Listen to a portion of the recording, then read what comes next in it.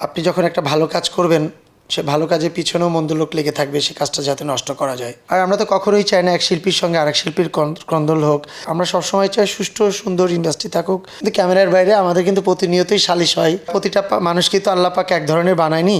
নতুন করে কিছু উদ্যোগ নেওয়া আছে, সেই উদ্যোগগুলো আমি ক্যামেরার সামনে বলবো না, কারণ আপনি জানেন যে যেহেতু একটা অ্যাসোসিয়েশন, সেখানে আপনি যখন একটা ভালো কাজ করবেন, সে ভালো কাজের পিছনেও মন্দ লোক লেগে থাকবে, সে কাজটা যাতে নষ্ট করা যায়। সো আমরা চেয়েছি, বেশ কিছু ভালো কাজের প্ল্যান আমরা করেছি।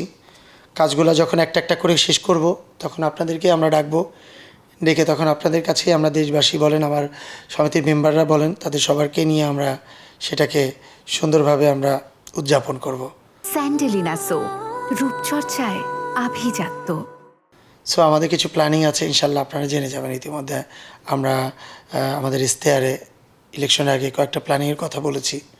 আপনারা চাইলে সেই জিনিসটাও, সেই ফুটেজগুলোও দেখতে পারেন। নতুন আরও কিছু প্ল্যান আছে।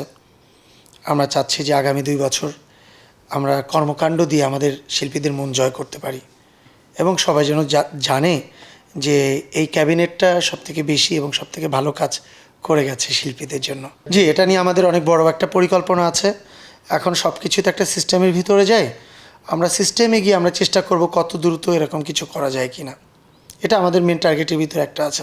না, আমাদের তো ইন্ডাস্ট্রিতে তো অনেক শিল্পী আছে, সবাই যে শিল্পী সমিতির সদস্য এরকম কিন্তু কিছু না। কিন্তু তারপরেও আমাদের কাছে যদি সে সাহায্য সহযোগিতা চায়, অবশ্যই আমরা তার পাশে দাঁড়াবো, এবং অবশ্যই চাইবো সুন্দর একটা সমাধান হইতে।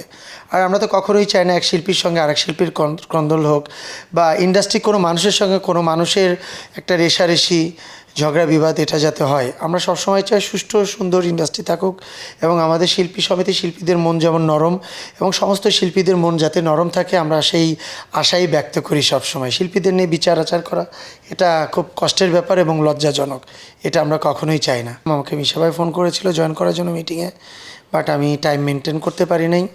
বাট পরবর্তীতে আমি সবার সঙ্গে যখন আমার কথা হয়েছে, আমি জানতে পেরেছি যে উভয় পক্ষই সন্তুষ্ট আছে তাদের এই সমঝোতার ভিতরে আর কি, যেটা হয়েছে।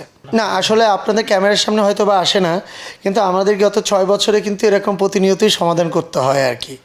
বাট হয়তো ক্যামেরার সামনে 10-5 দিন তাদের নিউজ হয়েছে একটা বিষয় নিয়ে, এটার জন্য হয়তো বা আপনারা মিলমিশটা আপনারা ক্যামেরার সামনেই দেখতে পেয়েছেন। কিন্তু ক্যামেরার বাইরে আমাদের কিন্তু প্রতিনিয়তই সালিশ হয়, প্রতিনিয়তই মীমাংসা করতে হয়। এটা আমরা রেগুলারই করে থাকি।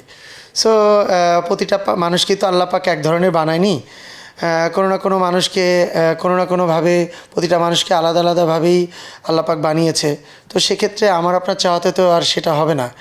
এখন একটা সমস্যা ঘটতেই পারে একজন আর্টিস্টের ভিতরে, সেইখানে আমরা এইভাবে ফল আউট করে ক্যামেরার ভিতরে, ক্যামেরার সামনে যায় এটা সালিশ বা মীমাংসা বা একটা ঘটনা ঘটানো, এটা আসলে আমরা আশা করি না।